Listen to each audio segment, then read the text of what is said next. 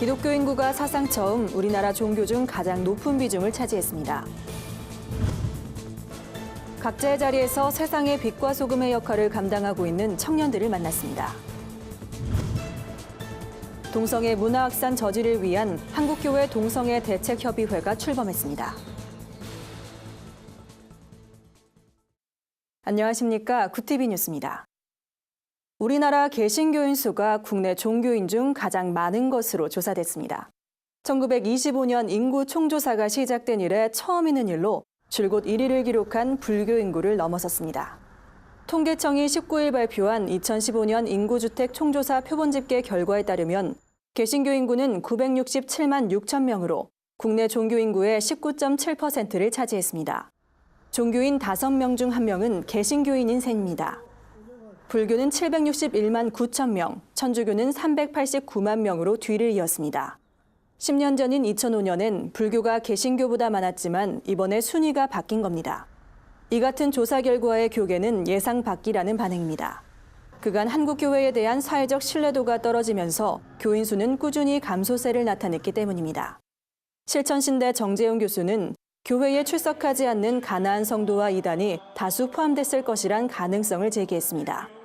정 교수는 국내 가나안 성도 수는 100만 명 정도로 추산되는데 여러 가지 요인을 고려한다면 마냥 좋아할 일만은 아니라며 가나안 성도나 이단교도 비율이 얼마나 될지 파악하는 게 필요하다고 설명했습니다.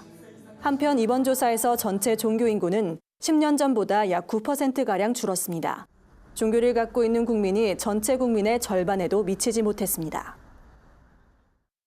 오늘의 사회 이슈를 홍희연 기자가 종합해드립니다. 오늘의 이슈 포커스입니다. 태영호 전 주 영국 북한 대사관 공사가 북한의 참담한 현실을 인식하면서 귀순 결심을 굳혔다고 말했습니다. 태 전 공사는 오랜 해외 생활을 통해 한국 드라마와 영화 등을 보면서 민주화와 발전상을 체감한 것으로 알려졌습니다.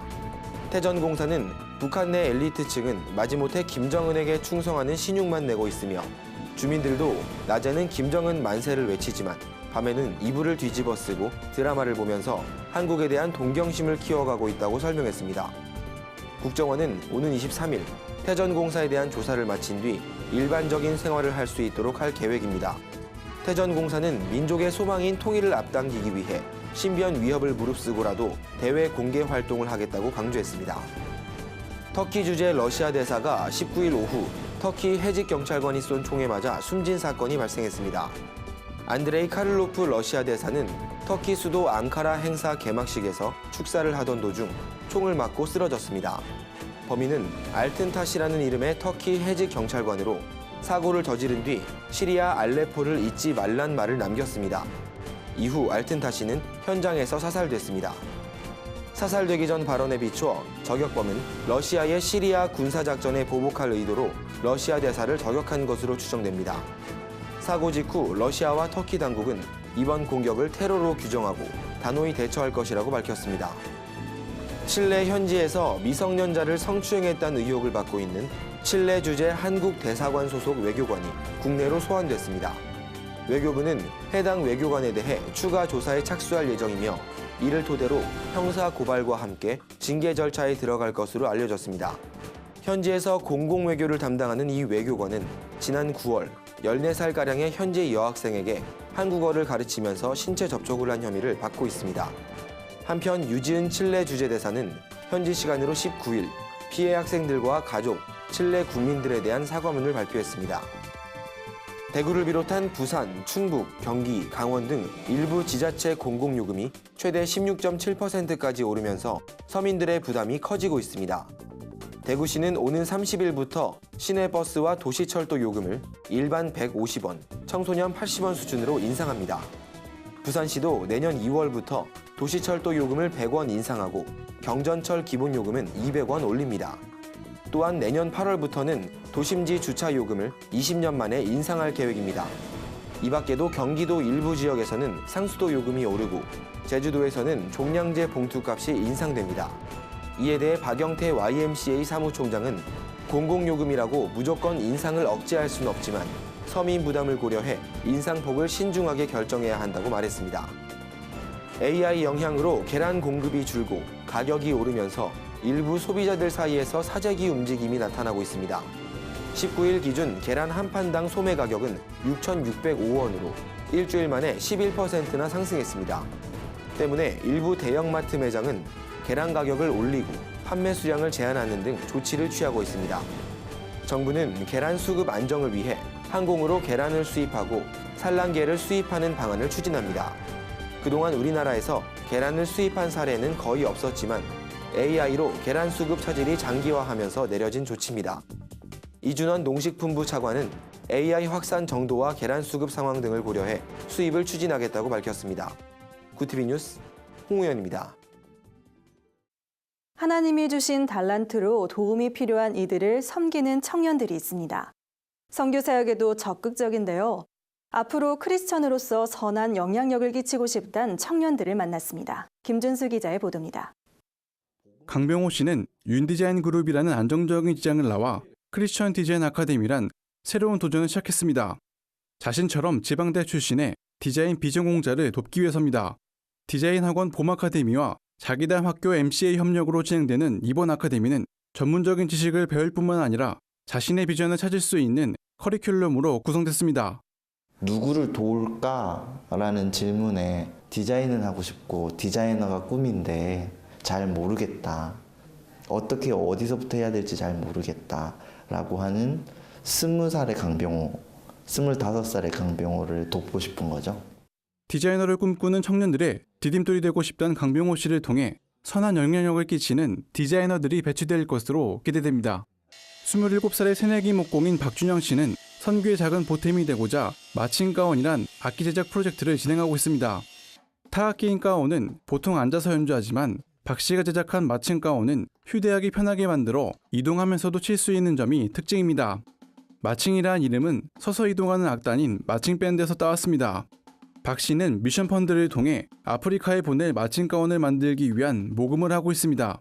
제가 최근에 만나게 된 선교사님께 여쭤봐서 이제 이 악기가 어느 선교 현장에서 필요한가 물어봤을 때 아프리카 현장이나 이런 계열의 계통에 굉장히 유용하게 필요하고 쓰이게 될 것 같다라고 말씀해 주셔서 그쪽 나라에 보내는 일을 하려고.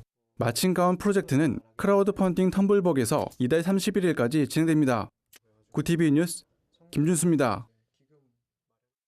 동성애 문화 확산을 저지하기 위한 한국교회 동성애 대책협의회가 공식 출범했습니다. 이들은 한국교회가 연합으로 동성애 반대 목소리를 내는데 일조하며 특히 국가인권위원회법의 성적 지향 문구를 삭제하는 운동을 펼칠 것이라고 밝혔습니다.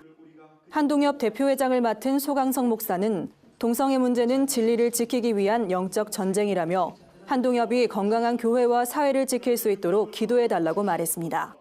한동엽은 체계적이고 전문적인 캠페인을 펼치기 위해 법률위원회와 교육위원회, 의학위원회 등의 산하부서를 만들었습니다.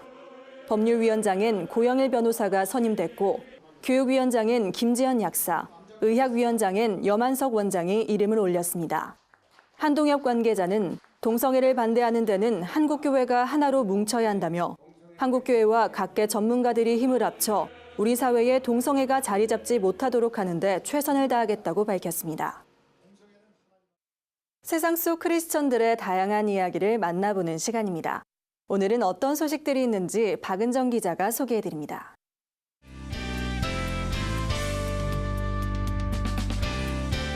네포난의 교회입니다. 오늘의 주인공은 뇌성마비를 앓고 있지만 장애는 은사라고 고백하며 온몸으로 복음을 전하는 조연철 목사입니다. 1살 때 뇌성마비 판정을 받아 지금까지 뇌성마비 장애인으로 살고 있는 조 목사는 뒤틀린 근육으로 말 한마디 내뱉기조차 힘든데요. 하나님께 불평이나 하소연도 할 만하지만 오히려 그는 우리에게 인생이 아무리 힘들어도 삶을 포기하지 말라고 조언합니다. 장애를 극복하며 선포하는 조연철 목사의 말씀은 매 순간 많은 크리스천들에게 큰 울림으로 다가옵니다. 저는 여러분들한테 자신 있게 얘기할 수 있어. 난 행복하다.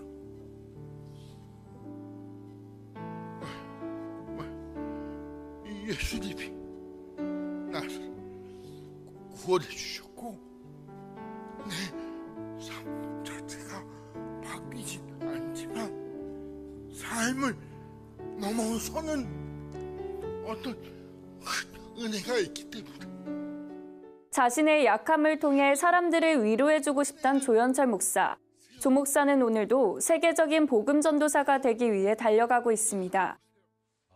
의리의 사나이 김보성 씨가 최근 소아암 아이들을 돕기 위해 격투기에 도전했습니다. 50살의 나이에도 불구하고 그가 격투기에 도전한 건 나누는 삶을 실천하기 위해서인데요. 대회 입장료와 대전료를 소아암 아이들을 위해 전에 기부하기로 했다고 합니다. 이날 김보성 씨는 일본 콘도 테츠오 선수와 치열한 경기를 벌였지만 안타깝게도 패했다고 하는데요. 하지만 소아암 아이들을 위해 최선을 다하는 모습을 보여주며 팬들에게 감동을 선사했습니다. 김보성 씨는 그동안 소아암 아이들을 돕는 일이라면 발벗고 나서왔었죠. 지난 9월엔 소아암 아이들의 가발 제작을 돕고자 아내와 함께 머리카락도 기부했습니다. 김보성 씨는 현재 서울축복교회에 출석하며 하나님과의 의리도 성실히 지키고 있는데요. 앞으로 다양한 모습으로 하나님과의 의리, 나눔의 의리를 실천해 주길 바랍니다. 마지막 소식은 구TV 글로벌 선교방송단 최생금 교회 기자가 보내주셨습니다. 한 해를 결산하는 12월, 광흥교회 음악사역팀이 송년 찬양축제를 열었다고 하는데요. 전 성도가 하나님의 은혜에 찬양으로 보답하며 뜻깊은 시간을 보냈다고 합니다. 찬양대와 선교 중창단 등으로 구성된 음악사역팀은 색소폰 연주와 오케스트라 공연 등 그동안 준비한 실력을 뽐냈는데요. 음악사역팀의 아름다운 찬양을 들어볼까요?